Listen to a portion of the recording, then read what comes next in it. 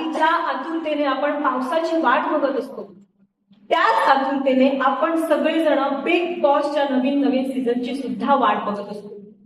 म्हणजे अगदी लहानांपासून मोठ्यांपर्यंत, कलाकारांपासून ते पत्रकारांपर्यंत सगळेच मराठी बिग बॉसची वाट बघत असतात.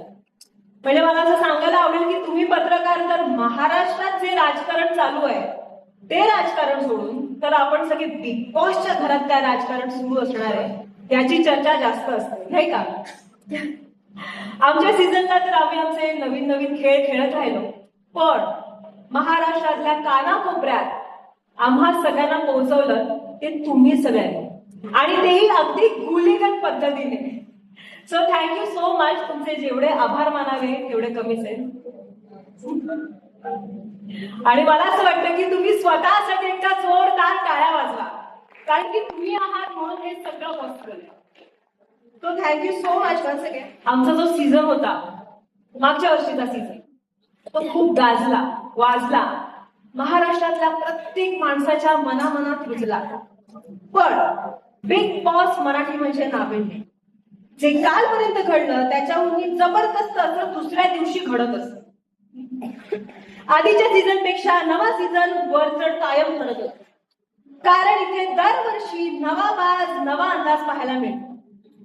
त्यामुळे गेल्या वर्षीचा सीझन तर भारी झालाच, पण या वर्षीचा सीझन होणार आहे लय लय लय भारी, सगळ्यांना वेळ लावणारा. तो कसा असेल नक्की? यंदाचं बिग बॉसचं घर कसं असेल? कोण कोण दिसणार आहे बिग बॉसच्या घरात? या सगळ्याच गोष्टींवर आज आपण गप्पा मारणार आहोत. यंदा इथे अनेक दारं दिसत आहेत तुम्हाला, आणि आता येता येता त्याचा एक्सपिरियन्स सुद्धा आलाच असेल. आणि येणाऱ्या प्रत्येकाच्या नशिबाचं दार पालटणार आहे यावर्षी. म्हणजे नेमकं काय होणार आहे? खरं तर या गोष्टीची मला काय, तुम्हाला काय, अख्ख्या महाराष्ट्राला उत्सुकता आहेच. पण सध्या मी वाट बघतीये बिग बॉस मराठीचे डॅशिंग, दमदार, अफलातून, जबरदस्त असे होस्ट, म्हणजेच अर्थातच महाराष्ट्राचे लाडके भाऊ रितेश देशमुख यांची. आणि तुम्हाला कळलंच असेल की यंदा आपल्या बिग बॉसच्या घराला शेकडो दारं असणार आहे. अर्थात इथे तुम्हाला सगळी दारं दिसतायतच, पण आता तुम्हाला काय वाटतंय, भाऊ नक्की कोणत्या दारातून आत येतील? Any guesses? ते म्हणजे मला हे सांगायला आवडेल की एकदा का बिग बॉसच्या घरात सगळे कंटेस्टंट गेले की आपण कसं जरा गेस करत असतो, कोण या वर्षी नाही, कोण या आठवड्यात घरात राहणार आहे, कोण या घरातून जाणार आहे, कोण काय करणार आहे, कोण कसं खेळणार आहे, वगैरे वगैरे आपण गेस करत असतो, नाही का? सो आजही गेस करा की भाऊ नक्की कुठल्या दारातून आत येणार आहे. ओके, सो मला आता सांगा, किती लोकांना असं वाटतंय की भाऊ या दारातून बाहेर येतील? कोणाला वाटतंय? ओके, सो बघूया भाऊ या दारातून बाहेर येत आहेत का? Riteish sir, Riteish sir,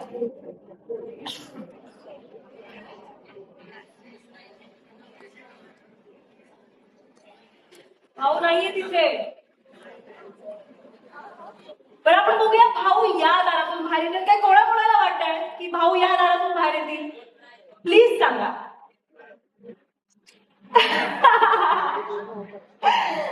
okay, so Riteish sir, तुम्ही आहात का?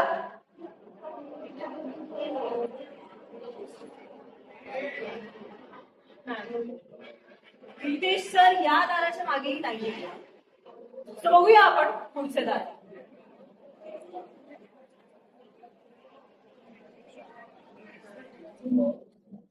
भाऊ, तुम्ही इथे तरी आहात का? रितेश सर, भाऊ,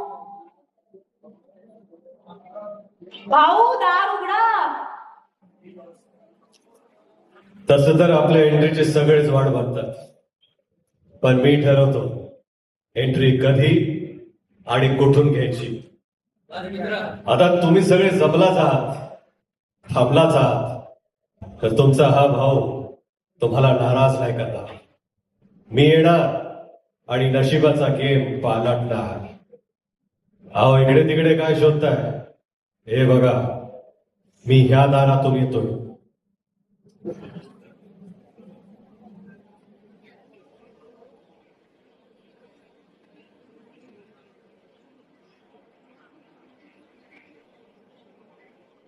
अरे आला रे आला आपला भाऊ आला.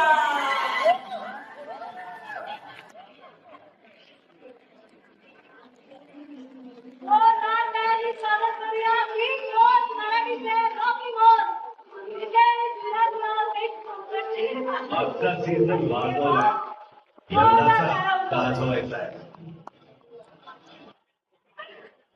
सर एकदम धमाकेदार आणि बहारदार एंट्री होती तुमची, आणि तेही दारात. रितेश सर, नमस्कार. बिग बॉस सीझन 6 तर्फे मी तुम्हा सगळ्यांचे इथे स्वागत करतो. Janhvi, Yes, sir. परत एकदा बिग बॉसच्या स्टेजवर भेटून मला फार बरं वाटलं. मलाही. सर तुमचं खूप खूप खूप स्वागत आहे. थँक्यू. बापरे, गेल्या वर्षी सर म्हणजे मी प्रत्यक्षात तुमचं प्रेमही अनुभवलंय, तुमचा रागही अनुभवलाय खूप जास्त. सो आजही ना सर सीझन संपलाय तरी शनिवार रविवार आला की असं कधी कधी वाटतं की तुम्ही टीव्हीतून बाहेर आला आणि आता मला ओरडा, कारण की कौतुकापेक्षा ओरडा जास्त लागलाय. अहो, त्यात माझा दोष नाहीये. तुम्ही जे टीव्हीवर करणार तसंच मी वागणार ना. म्हणजे तुम्ही जर असं काही केलं असतं ज्याच्यामुळे मला ओरडावं लागलं नसतं तर मी कसा वागलो असतो. हो सर, पण कौतुकही केलंय. कौतुकही भरपूर केलं येस तुमचं. Sir, yes sir. खरंच मी खूप मिस करते आणि परत यायचं तुम्हाला? मला आवडेल. नाही ना, मला खरंच आवडेल, कारण की बिग बॉस हा शो खूप मनापासून, म्हणजे मी खूप इमोशनल होते बिग बॉस हे नाव ऐकलं त्याचं, आणि मला खूप ते दिवस आठवतात, केलेल्या चुका आठवतात आणि तुमचं ओरडणं आठवतं. मी खूप मिस करते सर ओव्हरऑल सगळंच सगळंच सगळंच. आणि ऍक्च्युली बिग बॉस हा शो तुम्ही मागच्या वर्षी होस्ट केलात आणि खूप कमालीचा एक्सपिरियन्स होता आणि तेव्हाही खूप धक्के बसले आम्हालाही, कारण की माहीत नव्हतं, कारण की तुमचा हा स्वभाव जगात कोणीही बघितला नव्हता आणि तो जवळून. माझा हा स्वभाव मी सुद्धा पाहिजे. अगदीच अगदीच अगदीच सर, अगदी सर. आणि आता आपण भेटलोच आहोत तर एक सेल्फी घेऊया प्लीज. हो sure, of course. Yes, mobile please. आणि सर एक अशी सेल्फी घेऊया आपण की ज्या सेल्फी मध्ये सगळे पत्रकार सुद्धा येणार आहेत. येस सर, तुम्हाला. अच्छा, मलाच घ्यायची. हो sir. Right sir. Okay sir, यावर्षी म्हणजे माझ्याप्रमाणे संपूर्ण महाराष्ट्र सगळे पत्रकार सुद्धा उत्सुक असणार आहेत की यावर्षी नक्की नवीन काय असणार आहे, नवीन काय काय गोष्टी होणार आहेत. आणि तुम्ही नक्की या वर्षातलं, ऍक्च्युली हे बिग बॉसचं नवीन सीझन म्हणजे या वर्षातलं महाराष्ट्राला दिलं गेलेलं सगळ्यात मोठं गिफ्ट आहे. सर आता महाराष्ट्राचा नवीन सीझन येतोय आणि खरं तर मनोरंजनाचं महाद्वार उघडणार आहे. महाराष्ट्राचं तुफान घराघरात येणार आहे आणि खरं तर हे ऐकलं आणि सगळ्यांचा जीव भांड्यात पडलाय. तारीख समजले काय आहे, वेळ समजले काय आहे. आणि बिग बॉस मराठी म्हणजे नेहमीच वेगळं पण असतं. अगदी घराच्या लुक पासून इथे दिसणाऱ्या सगळ्या कंटेस्टंट पर्यंत सगळंच काय काय आपल्याला नवीन गोष्टी पाहायला मिळणार आहेत. सो घर तयार आहे आणि कंटेस्टंटही ठरलेच असतील. तर प्लीज सांगा ना सर, यावेळी कोण कोण असणार आहे बिग बॉसच्या? नाही, खरं म्हणजे फार म्हणजे जवळपास सगळ्यांचा असा गैरसमज आहे की जे कंटेस्टंट येतं ते मला माहिती असतात कोण आहे. तुम्ही जसं मला विचारता तसं मी बॅक्सचं विचारता कोण आहे, मला तरी सांगा. तरी पण मला असं वाटतं की ज्या दिवशी कंटेस्टंट घराच्या आत जाते त्या दिवशीच मला कळेल ते आहे. पण मी पण अतिशय तुमच्या एवढाच उत्सुक आहे हे ओळखून घेण्यासाठी की आज घरात कोण कोण जाणार आहे, कारण ह्या वर्षीचं सीझन खरंच प्रचंड एक्साइटिंग असणार आहे. बिग बॉस मराठी आणि कलर्स ची जी क्रिएटिव्ह टीम आहे त्यांनी भरपूर मेहनत घेतलेली आहे. काहीतरी नक्कीच कुठल्याही लँग्वेजेस मध्ये बिग बॉसच्या ज्या भाषेत सीझन होतो जे घडलं नाही ते ह्या सीझन मध्ये घडणार आहे.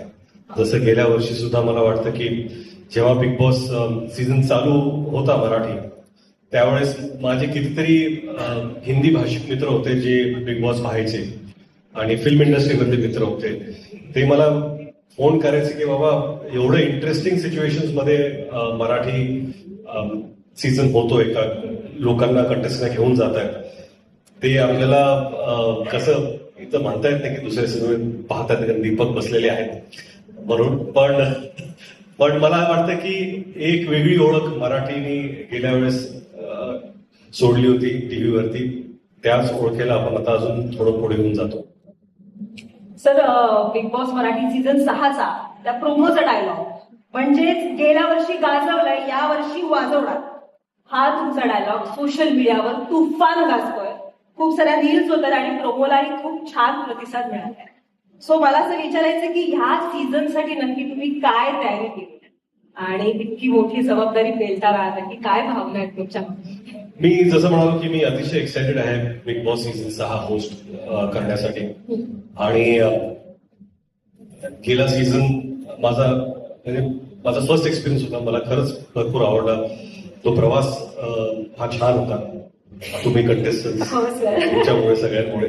तर आय एम होपिंग की ह्या वेळेस सुद्धा एक्साइटिंग कंटेस्टंट येतील, एक्साइटिंग गोष्टी घडतील. तयारी तशी मी काहीच केलेली नाहीये.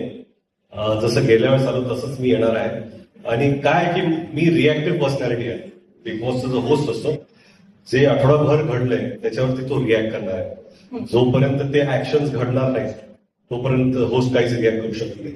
पण तयारी तशी काहीच नाहीये. मला वाटतं की एक्साइटिंग शो होणार आहे आणि त्याच्याच मी पण एक प्रेक्षकच आहे. बिग बॉस होस्ट सुद्धा एक प्रेक्षकच असतो आणि आम्ही पण तुमच्यासारखेच टीव्ही पाहतो, शोज पाहतो. नंतर मला फक्त एवढी संधी मिळते की मी त्यांच्यावर पर्सनली रिॲक्ट करू शकतो. Yes sir.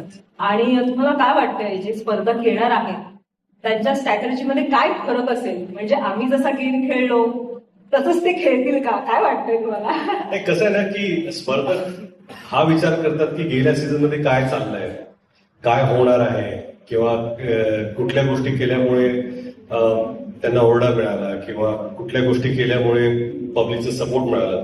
त्या सगळ्या गोष्टीचा विचार ते करून येतात. पण त्याच्यापेक्षा जास्त हुशार आमची क्रिएटिव्हिटी. तुम्ही जो जो विचार करून येणार आहात त्याच्यावरती कसं त्यांना, म्हणजे कसं आहे की नेहले पे धैला ज्याला म्हणतो तसं ते विचार आमची क्रिएटिव्हिटी पण करत आहे. तुम्ही हेही म्हणाल की चकवा देणार. चकवा नक्कीच देणार. आणि प्रत्येक स्टेपला, प्रत्येक एपिसोडला, प्रत्येक दिवशी काहीतरी नवीन घडणार आहे. जसं ह्या स्टेजवरती तुम्ही पाहताच की एवढी दारं आहेत, याच्यापेक्षा कितीतरी जास्त दारं घरी असणार आहेत. प्रत्येक दारापाठीमागं काहीतरी गोष्ट घडेल आणि ती गोष्ट तुम्हाला जेव्हा तुम्ही शो मध्ये याल त्यावेळेसच ती कळेल. नक्कीच. चकवा देऊन महाराष्ट्राचा थकवा नक्कीच घालवणार आहे हा शो, एवढं तरी नक्की आहे सर. बरं, यंदाच्या घरातला खूप रहस्यमयी दारं आहेत. आता आपण स्टेजवर पण पाहतोय. ती दारं नक्कीच सरप्राईज देतील की धक्का देणार आहे? तुम्ही काय सांगाल? म्हणजे या वर्षीचे स्पर्धक गेम प्लॅन्स करून येतील, स्ट्रॅटेजीज असतील आणि त्यांच्या स्ट्रॅटेजीमध्ये काय उलथापालथ असेल? मला वाटतं की कसं आहे की प्रत्येक वेळा एखादा कंटेस्टंट काहीतरी विचार करून येतो की मी आता ही स्ट्रॅटेजी वापरणार आहे. परंतु प्रत्येक दारा पाठीमागे मला असं वाटतं की काही सुखद धक्के असतील, काही जोरदार धक्के पण मिळतील. सरप्राईजेस तर भरपूर असणारच आहेत. दार म्हटले की दारा पलीकडे काय आहे याची उत्सुकता जेवढी आपल्याला असेल प्रेक्षक म्हणून, तेवढीच कंटेस्टंट म्हणून त्यांना पण असेल. आणि प्रत्येक दार एकाच दिवशी नाही उघडणार आहे. ते हळूहळू कधी 10व्या दिवसाला हळूहळू धक्के बसणार, पण जोरदार धक्के बसणार. नक्कीच नक्कीच. आणि त्या धक्क्यांवर तुमचा कसा रुबाब दिसणार आहे? तुम्ही मागच्या वेळेपेक्षा अजून जास्त चिडणार आहात की काय होणार? माझं चिडणं तुमच्यावर अवलंबून आहे. तर मला वाटतं कंटेस्टंट जसे बिहेव करतील तसं मला डिरेक्ट करावं लागेल. आणि काय आहे की होस्ट म्हणजे तुम्ही कंटेस्टंटच्या जीवनात जास्त इन्व्हॉल्व्ह पण होऊ शकत नाही, कारण की त्यांचा तो प्रवास त्यांचा असतो. तो प्रवास होस्ट म्हणून तुमचा नसतो. आणि मला वाटतं की करेक्टिव्ह मेजर्स, थोडंफार गायडन्स आणि एकच कम्युनिकेशन आहे कंटेस्टंट मध्ये, होस्ट मध्ये. त्यामुळे बाहेर काय चालू आहे त्यावेळेस त्याची सगळी माहिती आम्हाला असते.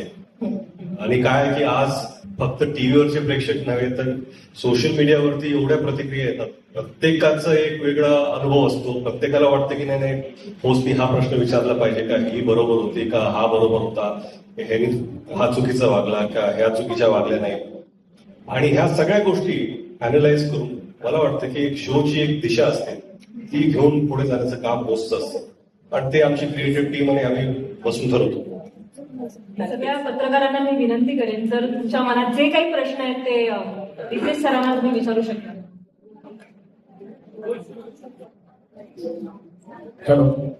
हॅलो रितेश सर इथे. नमस्कार.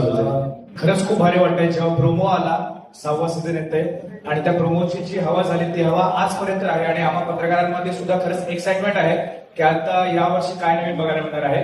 मला गेल्या वर्षीशी निगडीत एक प्रश्न तुम्हाला विचारायला आवडेल की जेव्हा घरामध्ये वादविवाद होतात किंवा घरामध्ये जेव्हा कोणत्याही कारणावरून भांडणं वगैरे होतात तेव्हा त्या घराचं वातावरण बिघडतंच.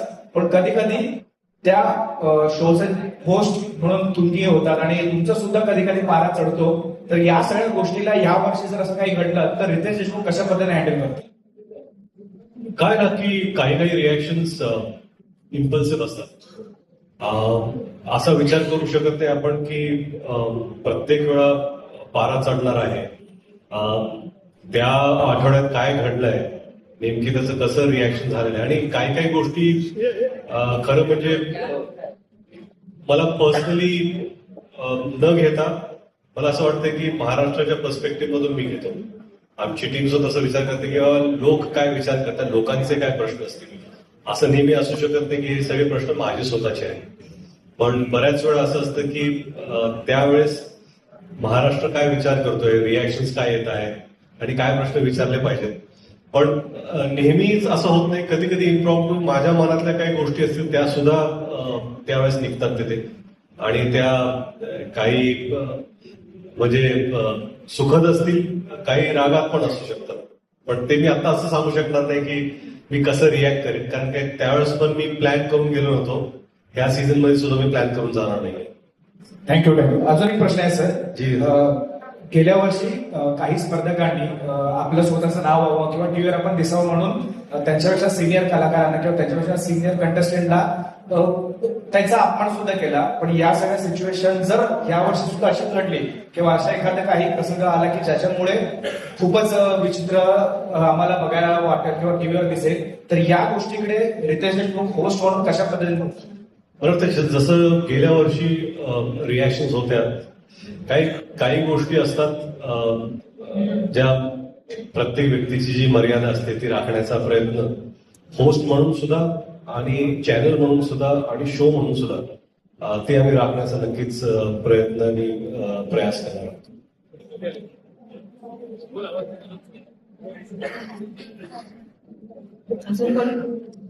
सर, तुम्हाला जर बिग बॉस मराठीच्या घरामध्ये एक आठवडा राहायची संधी मिळाली तर तुमचा गेम प्लॅन कसा असणार आहे? आणि अजून एक प्रश्न आहे, बिग बॉस सीझन 6 मध्ये कंटेस्टंटसाठी शॉकिंग फॅक्टर कोणता असणार आहे? शॉकिंग फॅक्टरचं मी आता सांगितलं तर ते कंटेस्टंट प्रिपेअर होऊन जातील. म्हणून तो शॉकिंग फॅक्टर जो आहे तो त्या आठवड्यात त्यावेळेसच तुम्हाला कळेल. आणि शॉकिंग फॅक्टर्स नक्कीच आहेत. आणि तुमचा पहिला प्रश्न होता की बिग बॉस मध्ये जर एक आठवडा मला राहायची संधी मिळाली तर तुमचा गेम प्लॅन कसा असणार आहे? तो होस्ट बघून मी ठरवेल.